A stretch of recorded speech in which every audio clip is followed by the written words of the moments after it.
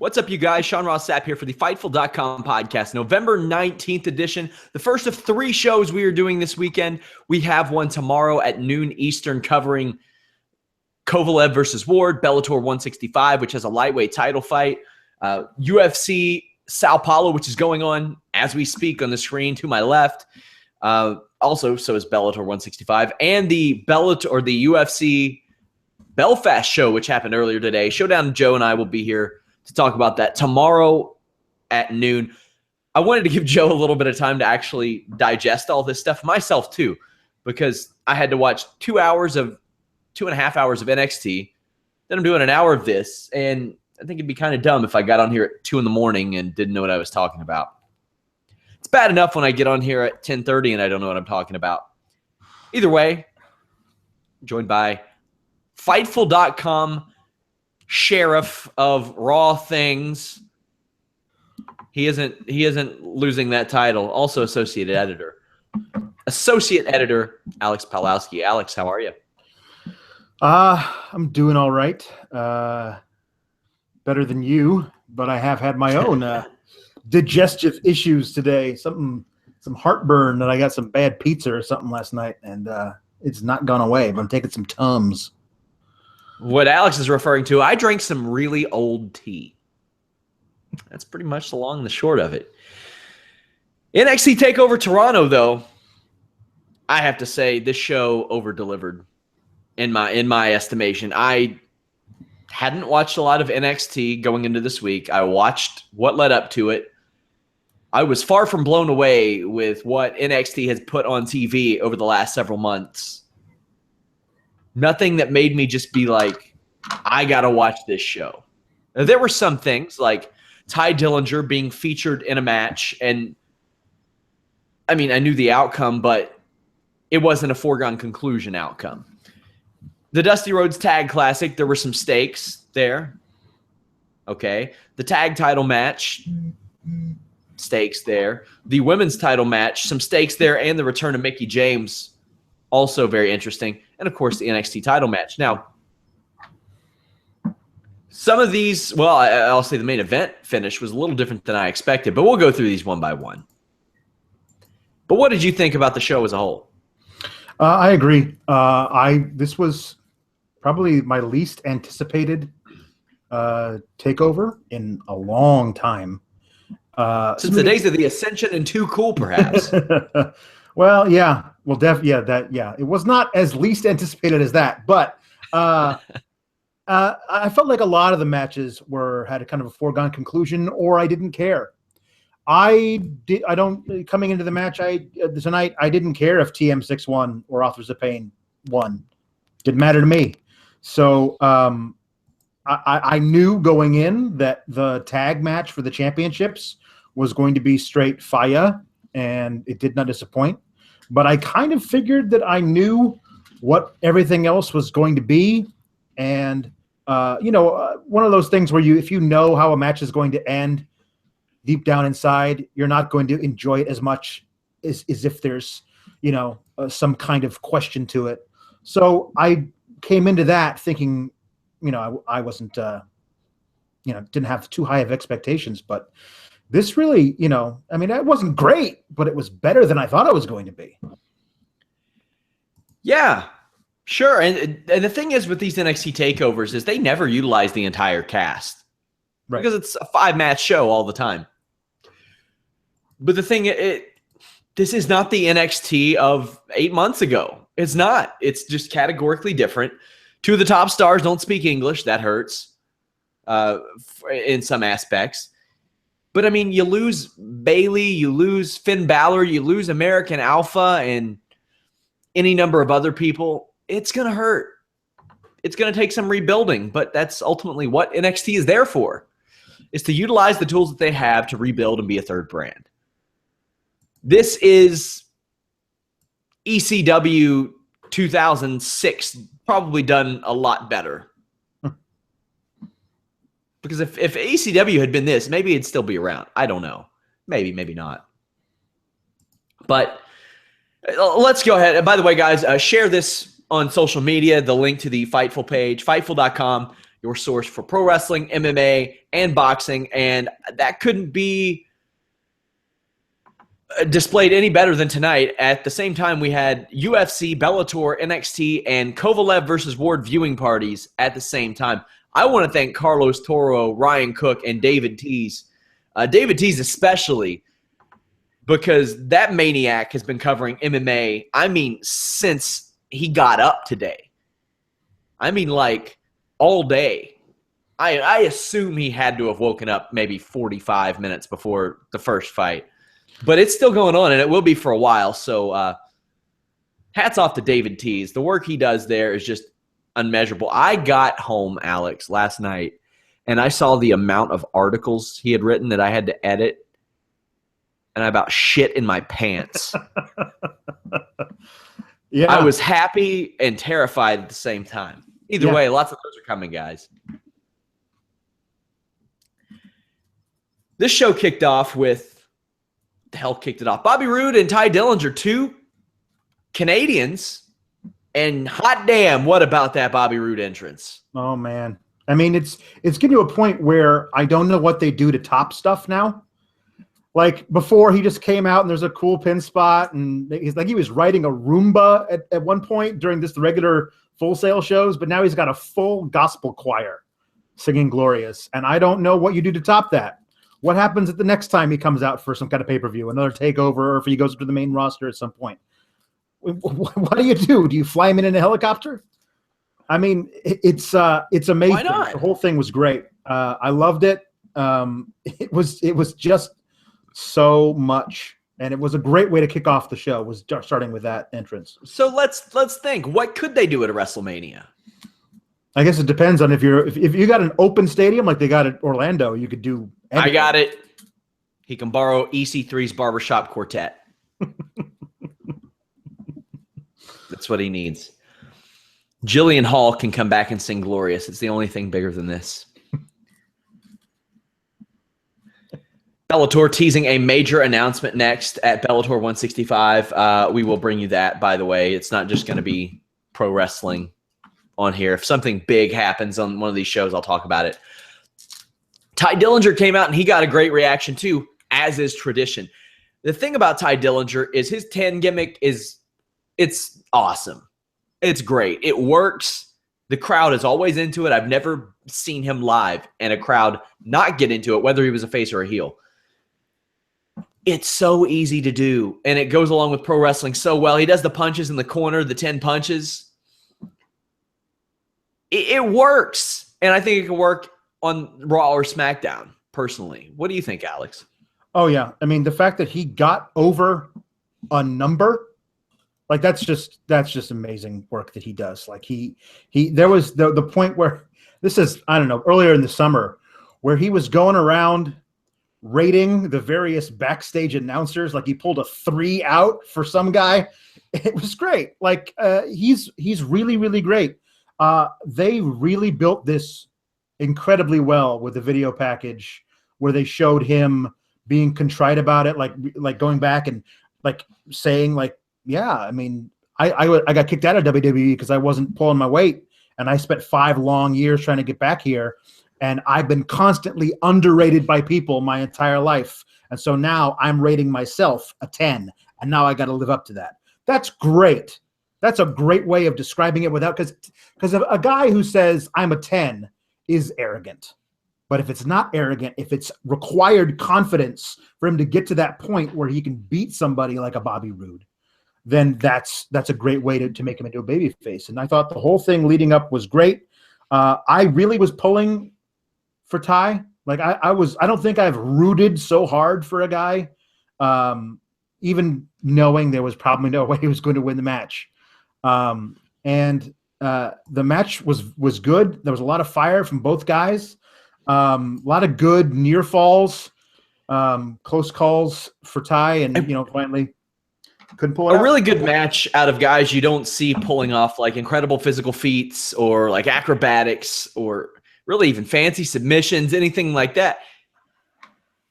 They used what they had and they had a good match with it. Now, if he goes to the main roster, if he does a heel run, Shawn Michaels has to super kick him. You remember that, don't you? No, what was that? Oh, man. The Cyber Sunday or Taboo Tuesday. You don't remember that? It's been a while. That was Ty Dillinger's first technical on-screen appearance for WWE, where Shawn Michaels is backstage trying to vote on the stipulation for DX's match.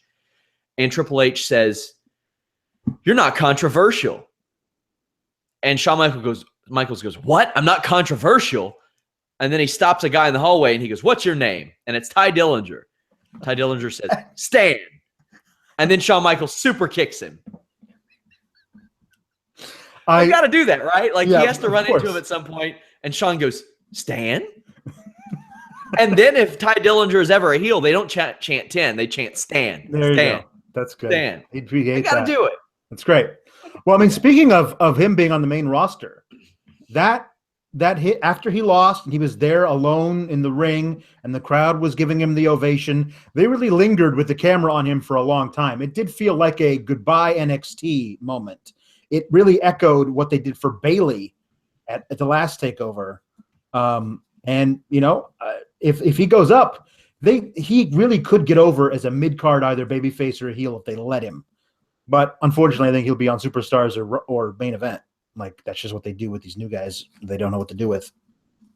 And I'm okay with him being there if it means that Kurt Hawkins or Jinder Mahal aren't there. At least it's somebody entertaining, somebody that people can get behind with a chant, with anything. Hey, you know what? There are a lot worse people than Jack Swagger there. At least on those main event shows, Jack Swagger can get the people to say, "We the people." Yeah. Jinder Mahal isn't getting him to say shit. Nope. He's not doing anything. We're not talking about Jinder Mahal. I like the match. Bobby Roode had to win here. He did. See, I thought it was kind of bulletproof, that if he lost, it wouldn't really hurt him. So it would do a lot more as the win for Ty. But yeah, if they're pushing Bobby Roode towards something, then yeah, he can't lose here. I will say, if like Ty Dillinger would have picked up like a surprise win, I don't think it would have hurt Bobby Roode. But I mean, I just think based on the way that WWE books, Bobby Roode had to be the winner here. It looks like they have big NXT plans for him. By the way, over on Bellator 165, as reported by Flow Combat several weeks ago, Fedor Emelianenko versus Matt Mitrione in Bellator. Fedor continues to just not want UFC offers. They are fighting on February 18th in San Jose. So there's that. Next match, now keep in mind, I had completely forgotten about this stipulation. Paul Ellering was hung above the ring in a cage. Like, the last time I remember WWE doing this was Jerry Lawler in 95, maybe. And it was the Dusty Rhodes Tag Classic Finals. Authors of Pain, TM61. Now, here are my observations. This match was fine. Just a fine match. TM61 are not over. They're probably not getting over. Some of the moves they did were over because people were like, hot damn, they did that to those guys? The flip off of the lighting rig, or whatever that rig was, that was cool. Another observation. Authors of Pain should never lose. Probably ever. Maybe ever. And they should steal TM61's finish, because that is much better suited for the Authors of Pain than that absolute garbage finish that they have. Your thoughts, Alex? Well, now I did a little deep digging on this and realized that the whole reason why they had that ridiculous stipulation for this match was because the whole pay-per-view was sponsored by a toy that looks like that thing that they rigged up over the ring. Yeah, absolutely. And definitely, it was. If you Google WWE Crash Cage, there's a like a trade show video from back in February where a guy demonstrates it very poorly. It's actually kind of funny how bad he is at playing with this toy. And he says, yeah, they're going to have a match built around this with an actual one of these things in November. And he said that back in February. So my thought is that's how they got Mattel to sponsor this pay-per-view way back then, and then forgot about it until 2 weeks ago. And they were like, oh, crap, we got to put somebody in a cage. Do it to Ellering, because it didn't make any sense. He hadn't been really interfering. He wasn't doing like, Colonel Robert Parker stuff. Let's talk about Paul Ellering, this Benjamin Button son of a bitch, who looks younger now than he did in the 80s when he managed the Legion of Doom. That guy, hey, and good for him, getting paychecks at this stage, doing that. Good for him. I think he is a good person to have in that role. Now, here's something interesting. We have an article coming on this soon. Rosie of 3 Minute Warning said in a recent interview that he thinks the Shield gimmick design gear thing was originally set for him and Jamal, who later became Umaga, because Triple H or somebody had them go get a bunch of SWAT gear. I feel like WWE just found that SWAT gear and gave it to these two guys and said, run with it. It was just hanging out in wardrobe. Yeah. Yeah. Like Ben, the archivist or whatever, just found it. And he's like, hey, see, this works. I've created an acronym for them, which is Paul Ellering's Ethnic Pseudo Shield, or PEEPS. So I always refer to them as PEEPS. And they're very good at what they do. I like a big, straight up monster heel tag team that doesn't do much talking. I mean, these guys, all they do is just shout in Albanian, I think it is. I don't know what I know. One's name is Razar. I don't know. Selmani, he's one of the guys. He fought in Bellator, legit badass, but he's from the Netherlands, so he speaks Dutch. Yeah, there you go. So yeah, these guys, I've seen people automatically think they're Samoan, and I've seen a couple of people who think they're like, Arabic or something, but they're both from Europe, I think. Anyway, I have no problem with these guys being this unbeatable thing. It's actually quite perfect for the next feud in the NXT Tag Division for the champs, and I'm fine with that too. I thought it was great that Shane Thorne climbed that crane rig and did the thing off of it right from the start. It was very cool. That guy has a major future in this business. I think his partner, Nick Miller, is just bland as vanilla.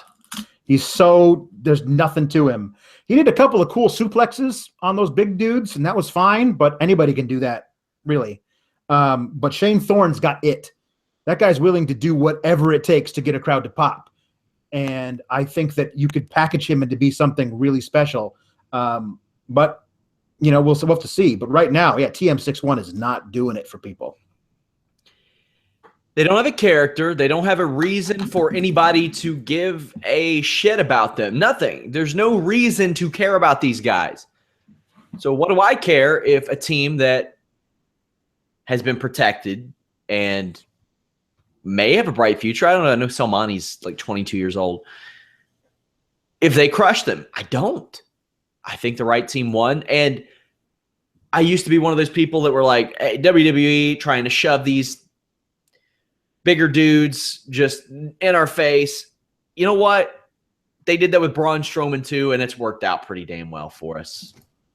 So, I'm okay with that. I'm okay with that. What do you think of the match having the exact same finish that every manager suspended above the ring finish has, where he drops a weapon to him because nobody thought to frisk Paul Ellering? Then the chain went to the damn crowd. I know. I was wondering if the finish that happened wasn't the planned finish, because the chain never came into play. I was wondering if it was supposed to fall to the ramp, and someone's supposed to pick it up, and they just ad-libbed and just had them do their regular finisher to Shane Thorne. But it was just very, very odd, and I thought, oh man, that chain must have been flying pretty fast into that crowd. Yeah, I hope nobody got hurt in that situation. Also, very glad that I think it was Thorne that went over the top to the outside with a flip, a tope con hilo on Miller and one of the Authors of Pain. He landed right on his partner's head. Yeah. I was worried. I thought maybe a concussion would have went down there. It doesn't seem like that's the case, because both members of the team got up and finished. So, hey, at least there's that. Well, it appears at least there's that. What was next? Oh, the tag team title match. Hot damn. Yep. Yeah. Match of the year. That was something special. That's a match of the year for me. That's a match of the year so far. I mean, certainly the tag team match of the year, and all of the tag team matches of the year candidates involve the Revival in some way. They are the best tag team on the planet at just being a tag team. Like I don't know how well they're ever going to get over on the main roster, how well they're going to let them get them over. But if it's just based solely on ability to wrestle together as a team, those guys are it. Gosh, I was so impressed. Yeah, those guys are unbelievable. And I know they want to go up to the main roster real bad. They do. And understandably, they want to prove what they can do on a grand stage. I just hope they get that opportunity. Because they will look pedestrian in comparison on the main roster physically, not in the ring. In the ring, they will look as good as the WWE will let them look. Right. Because they're that good. And it's, you hate to throw the old school stereotype on them, but that's what they are. They study the tape, which like plenty of new school guys do too. But they do things in such an old fashioned. WWE hasn't given tag teams a reason to attack the division like this. The way that they do psychologically, both inside and outside of the ring, both in kayfabe and reality. But these two guys do it. You know that these two guys, if in 20 years they're still wrestling and they're still the Revival, those two guys will be thrilled about it. Yeah. Yeah. And now I'm sure that if they got opportunities to be great single stars, they would love that too. But these two guys know where they are strongest. They know where the bread is buttered. And they know it's as a tag team doing this. And that's kind of refreshing. It is. Because you'll always have the Harlem Heats where a Booker T can break off. But then you'll have a Hart Dynasty, two supremely talented guys who just shouldn't have broken up. Yep. It's how it is. Meanwhile, and then you have Gargano and Ciampa, and these two guys are just unbelievable too. They're great. They're so good. I mean, if the Revival are the best tag team in the world, Gargano and Ciampa are somewhere near around like top 5. I mean, they're so good, but maybe it's just because I'm watching them do most of their matches with the Revival, because the Revival, get great matches out of everybody that they wrestle. And if they wind up going up, I hope they wind up on SmackDown so they can feud with American Alpha for like the next 5 years. Because those things they had in NXT were so great. And somehow tonight was better than all of those things that I thought had no equal at the time. I mean, they just keep getting better and better and better. There were so many spots in this match. It's one of those things like, if you haven't seen it and somehow you're watching this podcast or listening to it, go find it, because I can't recommend this match highly enough. It's so great. 2 out of 3 falls too. That's the fact that there was so many near falls. I mean, the first, it was just so great. So let's get into the match. Man, that first pinfall. Yeah. Where Gargano goes for the slingshot spear, gets caught, and then put in the shatter machine. Yeah. That was beautiful.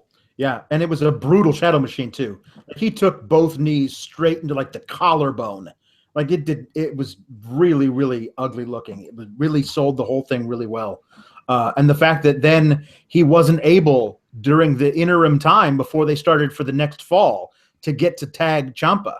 So it was just Gargano suffering from that huge shatter machine as the face in peril for like the next 7 minutes. It felt like it was very, very good storytelling.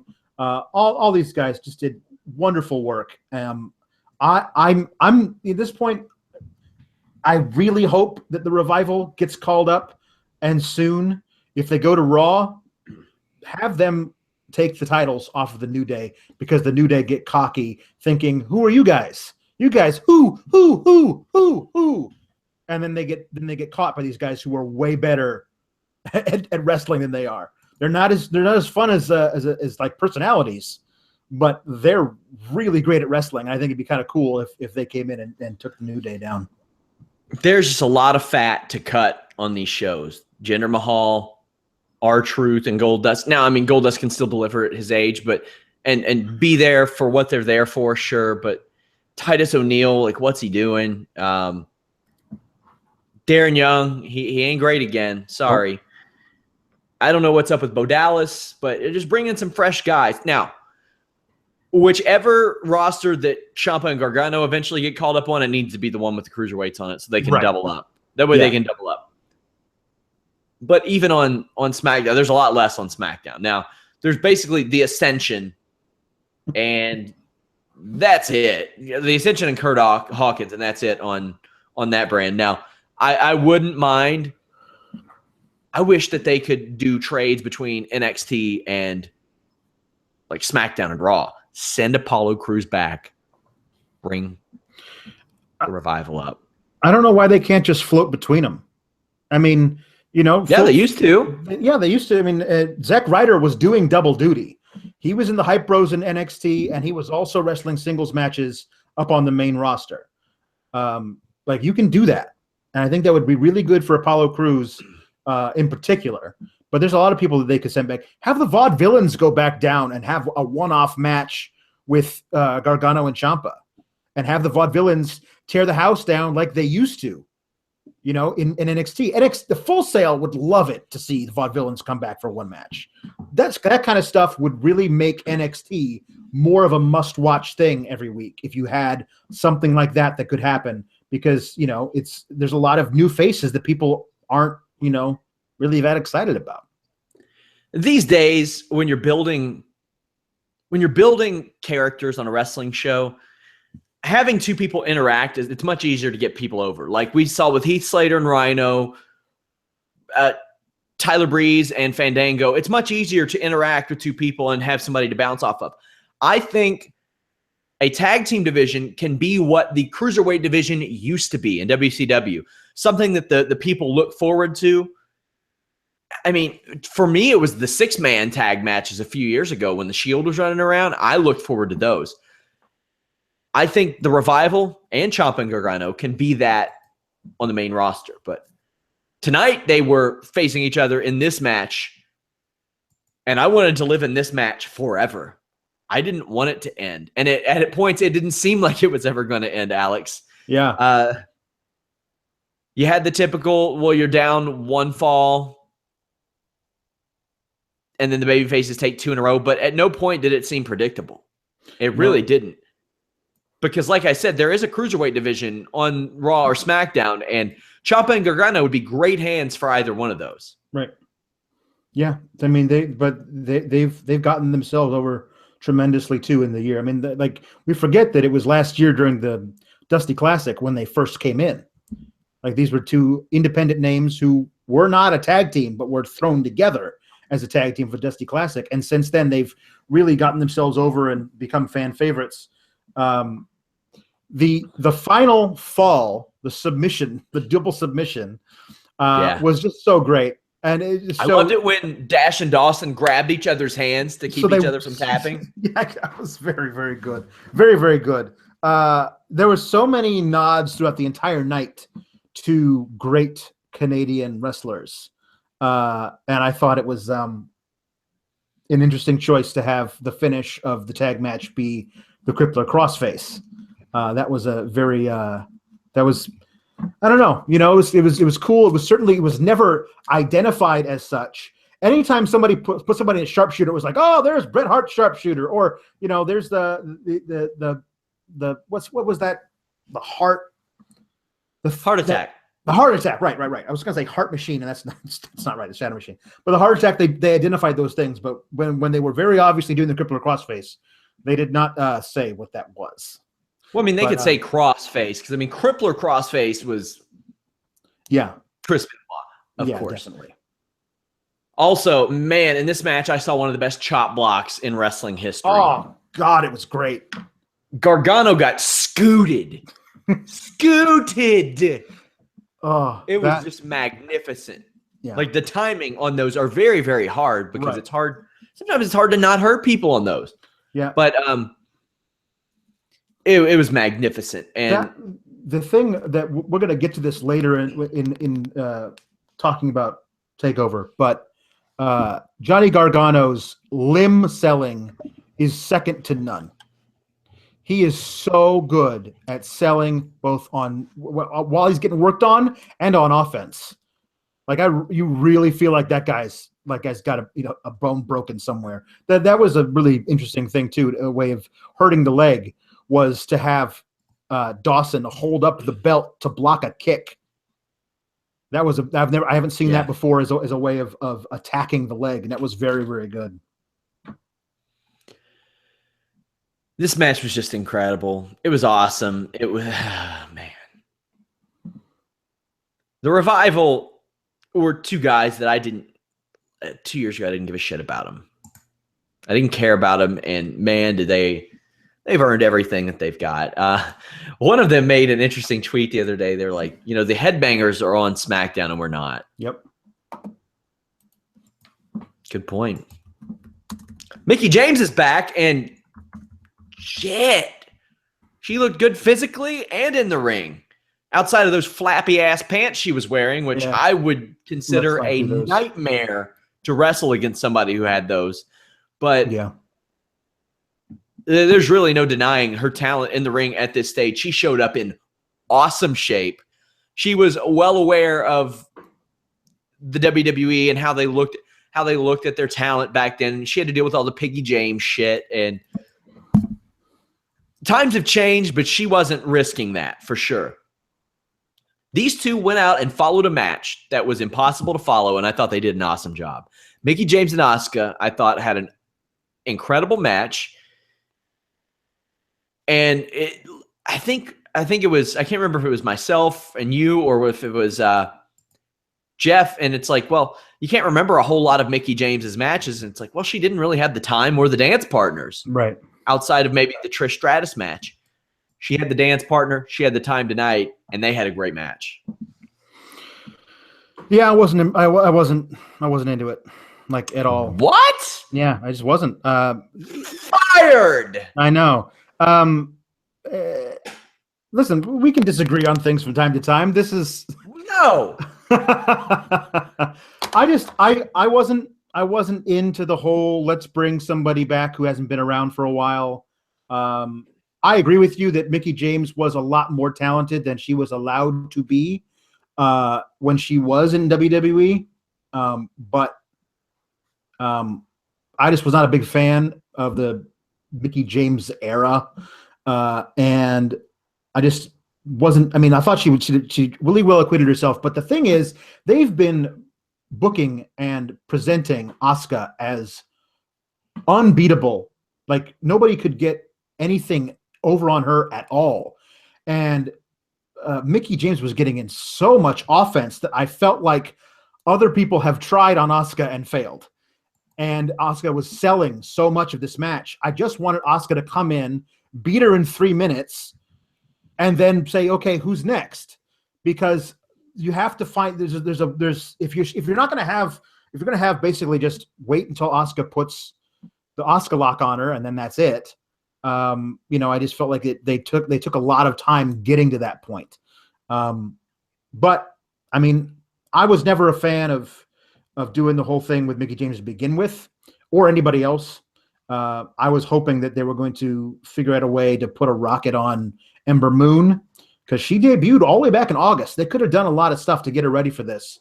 Have her lose the first time and then come back and defeat Asuka later. But it just felt odd watching it, and maybe it was just the flappy pants, but I was just, it just didn't sit well with me watching the whole thing.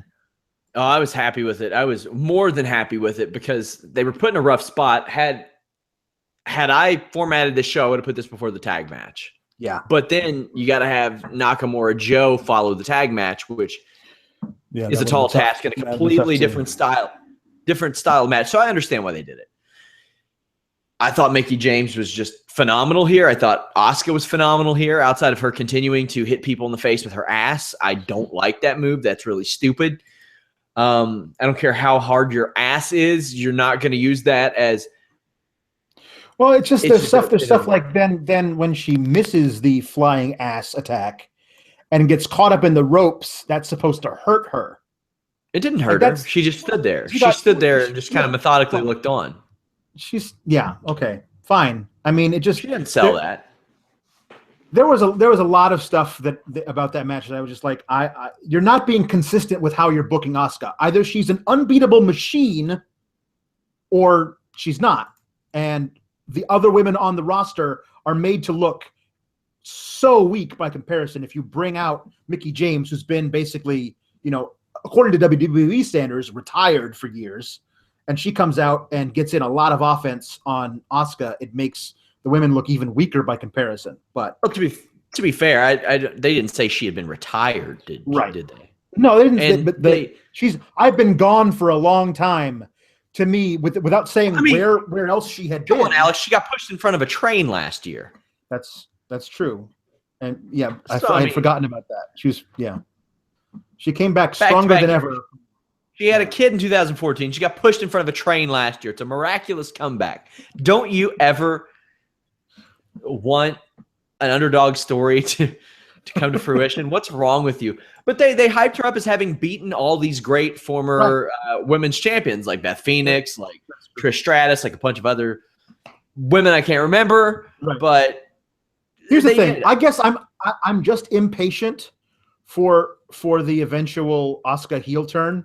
Like at the end, when Mickie James offers a handshake and all Asuka does is raise the belt. I just want Asuka to become that, nightmare clown that she was in Japan before she came over here. I want her to become this horrible demon thing that she was as it was Kana. Yes. And I've been looking for that since she was wrestling Bayley, because I feel like I don't like the fact that there up until tonight were two unbeatable, invincible Japanese champions who were baby faces on NXT. I felt like it was kind of too much of that, and I need one of them to turn heel or lose. Are you trying to say that you hate Japanese people? That's exactly what I'm saying. I'm glad you were able to decode that. We're living in a Trump America now, Alex, so you can get away with that, I guess.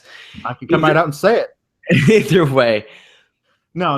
Well, because I really respect what both of them can do as performers. I feel like the way they're being booked and presented, I don't like invincible baby faces. Mm-hmm. I don't like that as a gimmick. So yeah, I guess I'm tying them together because they both happen to be Japanese, but I guess that's what it is. I don't like invincible baby faces. Now, like the Mickie James thing I had my reservations about because you know the outcome. You know she's losing. Right. I would have liked this more on an episode of NXT, but then I looked up and down the roster of women in NXT, and I'm like, man, Ember Moon's fine, but as somebody said in our YouTube chat, she's a finisher right now. That's it. Yeah, she's over as a finisher. That's really it. Peyton Royce, Billie Kay, they haven't been put over to that level. Liv Morgan, she hasn't been either. I think Daria has some promise, but she's barely on TV, if at all. She's young.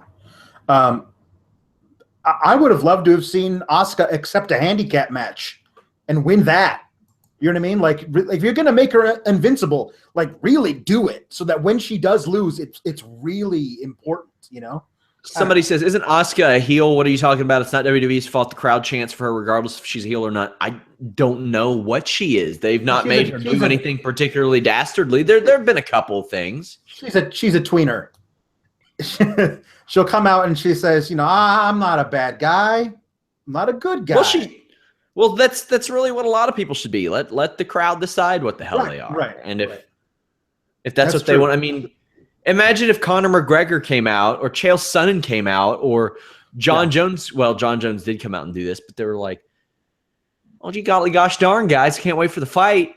They would sell about 2 pay-per-views. That's true. About 2 of them. I thought the match was exceptional. I thought Mickie James was excellent. She lives in Orlando now. I would expect to see her more on NXT TV. I would. Then we had our main event. Samoa Joe versus Shinsuke Nakamura, and I was surprised by this finish. Samoa Joe becomes the first ever 2-time NXT champion, defeats Nakamura. Now, here's my thing. I went into this saying, I wish NXT and WWE as a whole would shit can the rematch clause because it traps them in booking. Now, I'm fine with Samoa Joe being the NXT champion, but I'll say this. I would really like him to have more than 2 feuds in his first 2 years in NXT because he was with Finn Balor for like 8-9 months, Nakamura for however long more. Like, I'm ready to see something else. That's why I don't watch NXT anymore because it's the WWE booking, but it's magnified because they only have pay-per-views every 3 or 4 months. Yeah. I don't want to see it over and over and over again. Now, they'll have great matches over and over and over again. But it doesn't mean I want to see it all the time. Give me something new. Right. And I'm not saying, you got to give me something new or I'll stop watching. It's just, damn, I would prefer to see something different. There's something special about first-time matchups, Alex. There absolutely is. And there's something to say for freshness. I mean, it's kind of hard to realize because they do these things where they just they'll tape 4 weeks in advance, and then you kind of, at least I do. I pay attention to the spoilers and trying to figure out how they're going to present the next 4 weeks of NXT and the feuds and whatnot. And two tapings go by, and all of a sudden you're at the next pay-per-view, you're the next takeover. And it feels like Samoa Joe and Shinsuke Nakamura have been feuding for years. They haven't been, but there's been nothing else for these two guys to do. I am happy that Samoa Joe is the champ. I think that a heel champ is really good for NXT. It allows guys for something to chase. There's a lot of people that they can use now that are pulling double duty on the cruiserweight division. I want to see Cedric Alexander get a babyface push in NXT, and I think it'd be kind of cool for him to go up against Joe. He doesn't have to win, but it'd be kind of cool to see him to push him somewhere. Either push him on the cruiserweight division or push him in NXT. But he is too over with the crowds for them to just to put on the brakes for him. There's a lot of stuff they can do with Joe as heel champ. A lot more than they can do with Shinsuke as invincible babyface champ. It's nice to see a chink in Shinsuke's armor that he eventually lost, and it took a lot to get him there. I was very surprised with how it wound up, but pleasantly surprised. Somebody says, why couldn't you have Asuka lose in a multiple person match? That way she loses her title but not get pinned. Here, and I'll jump back to that really quickly. Here's where you run into dangerous territory with that. That's it's sort of what they did with EC3 and TNA. He went undefeated for so long. He lost his title in a multiple person match. Then he lost it in a last man standing match where he wasn't pinned, wasn't submitted. Then when he did get pinned by Mike Bennett, it didn't mean as much. It didn't make anybody. It didn't do anything. Yeah. And that's a bummer because EC3 getting pinned should have been something special because that's one guy they got over big time. Yeah. Back to the Joe Nakamura thing. They're going to have a third match. Yep. They're going to, and it'll be in January. So it'll literally be 20 months and 2 feuds for Samoa Joe. Yeah. Somebody says it's too soon to beat Shinsuke Nakamura. Not really. Shinsuke's never been unbeatable in Japan anywhere. Even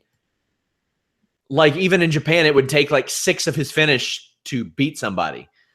That was the thing, is that his finish didn't really finish people until he did it a ton of times, and it was a kick out. It was. Go ahead. He's only unbeatable because they've made him into an unbeatable champ. Yeah. He's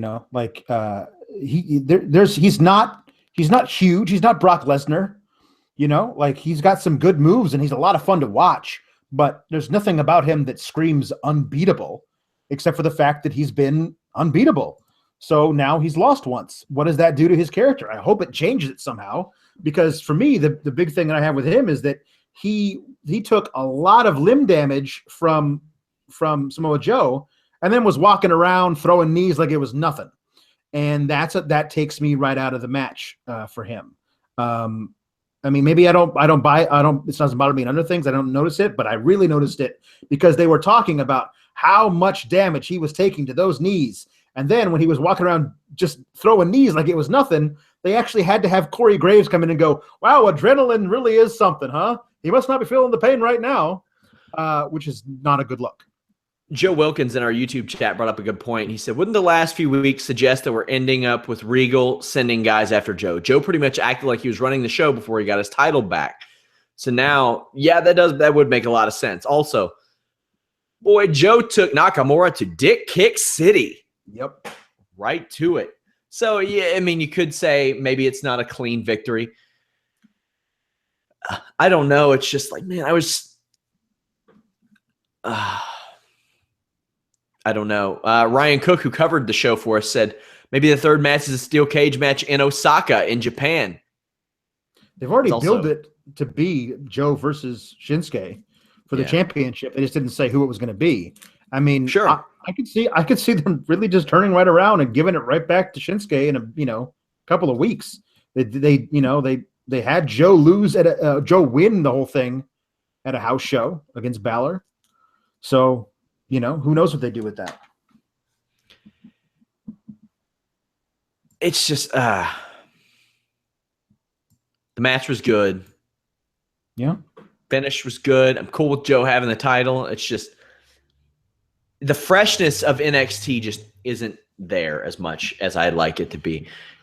I think for me, a lot of it is they only have the 1 hour, and sometimes you'll have 3 weeks. Oh, I'm happy with that. But sometimes you'll have 3 weeks between chapters of a certain story.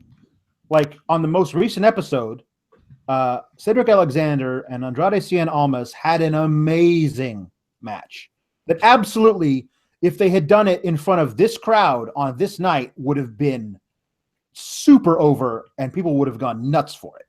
It was great. Andrade Almas as a heel is the best Andrade Almas. He's great as it. But that feud between them started weeks and weeks and weeks ago and had been forever since we had seen them even come in contact with each other, to the point when they came out, had the match, I was like, oh yeah, that's going on. And it's hard for you to keep up any kind of momentum, really keeping up with who's feuding with who when you take so much time off. And something like the Dusty Classic doesn't help matters because they got to address that every week. And that's newer matchups that really don't continue a storyline. So I'm interested to see what they do with these storylines going forward.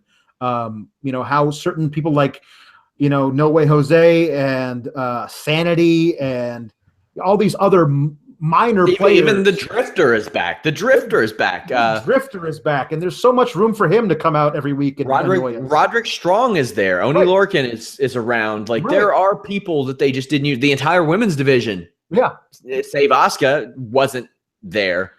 Thankfully, they didn't use Wesley Blake, but yeah. I'd be surprised if Wesley Blake was still around in a few months. Yeah. I'll just say that. They got a lot of guys that are working on the house shows too that look really great, but there's no room for them. Yeah. So it's just, I mean, they're my personal favorite tag team in NXT as just an idea is Heavy Machinery with Tucker Knight and Otis Dozovich, who now are sporting these amazing like early 90s WCW Saturday night matching outfits where they're black and salmon pink, and it's just really cool looking. It's so old school. I'd have them debut. I'd have them run amok until the point to where you get them versus Authors of Pain, and they just beat the living shit out of each other. That'd be great. I love that. That's what you want to do, isn't it? You build two unstoppable forces. You make them clash. You hope that it's good. Yeah. You don't know if it is, but you hope that it is. I would love to see something fresh from NXT. And that's not what we've been getting, although tonight was such a fun show. It was a fun show to watch. I liked it. It exceeded my expectations. Now, they are tiptoeing the line of being like TNA. They are, with the Austin area, of like being an amalgamation of like all these other promotions. And that's okay. I'm not one of those guys that's like, oh, you have to build your own guys from scratch. You have to. Hell no, you don't have to. That's why you have all the damn money in the world. You can sign whoever you want.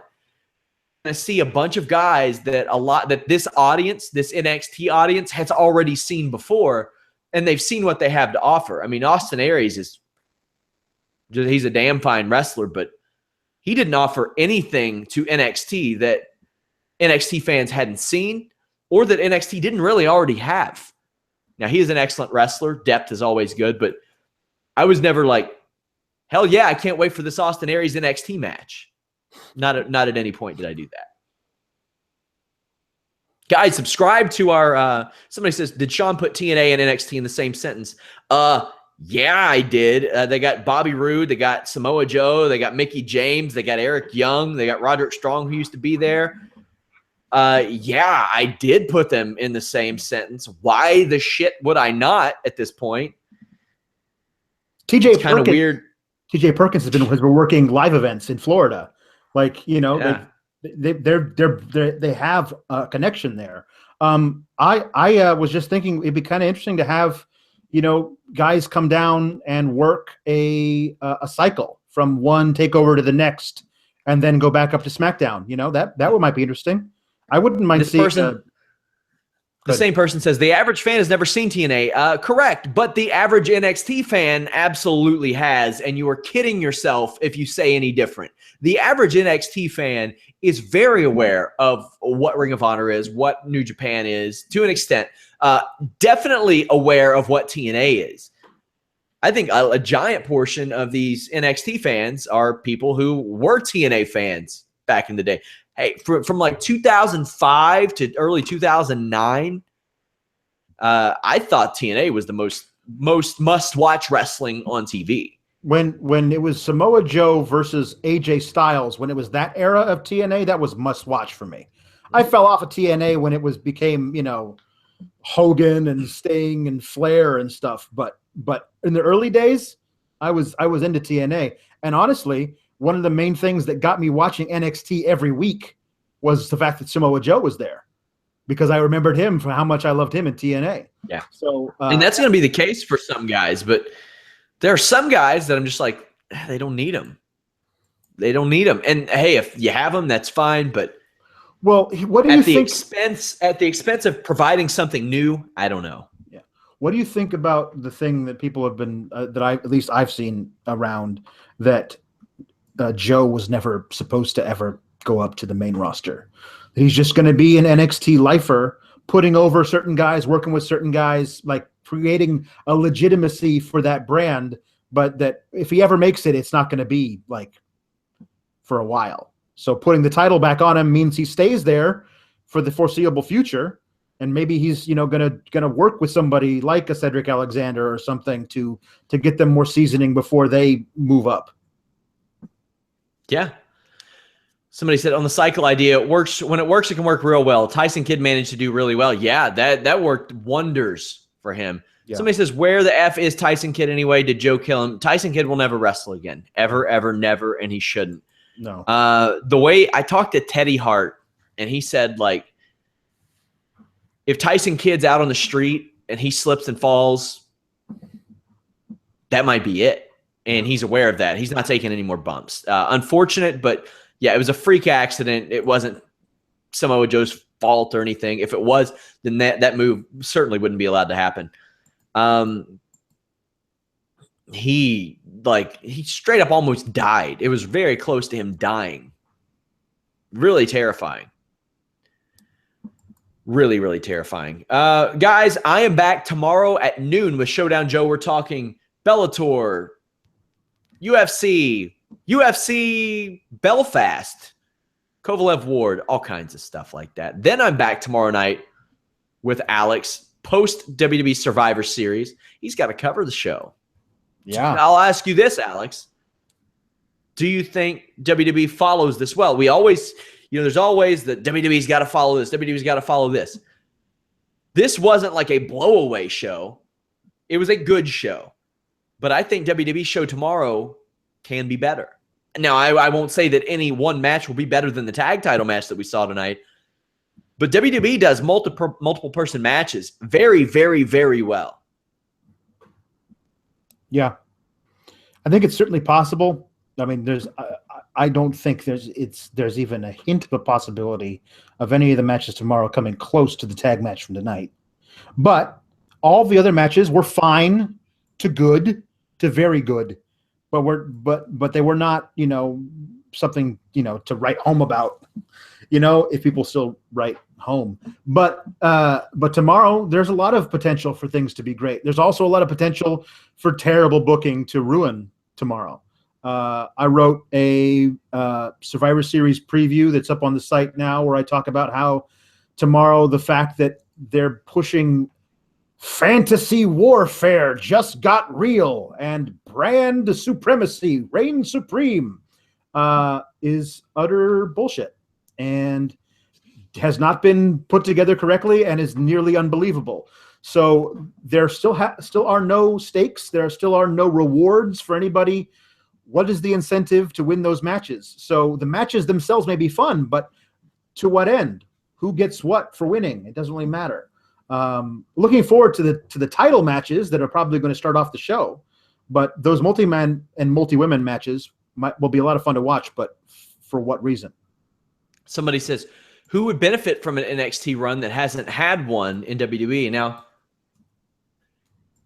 they mean like a cycle, I think. I would say Apollo Crews definitely, but he's already been there. I would say Breezango, but Tyler Breeze has already been there because they could step in.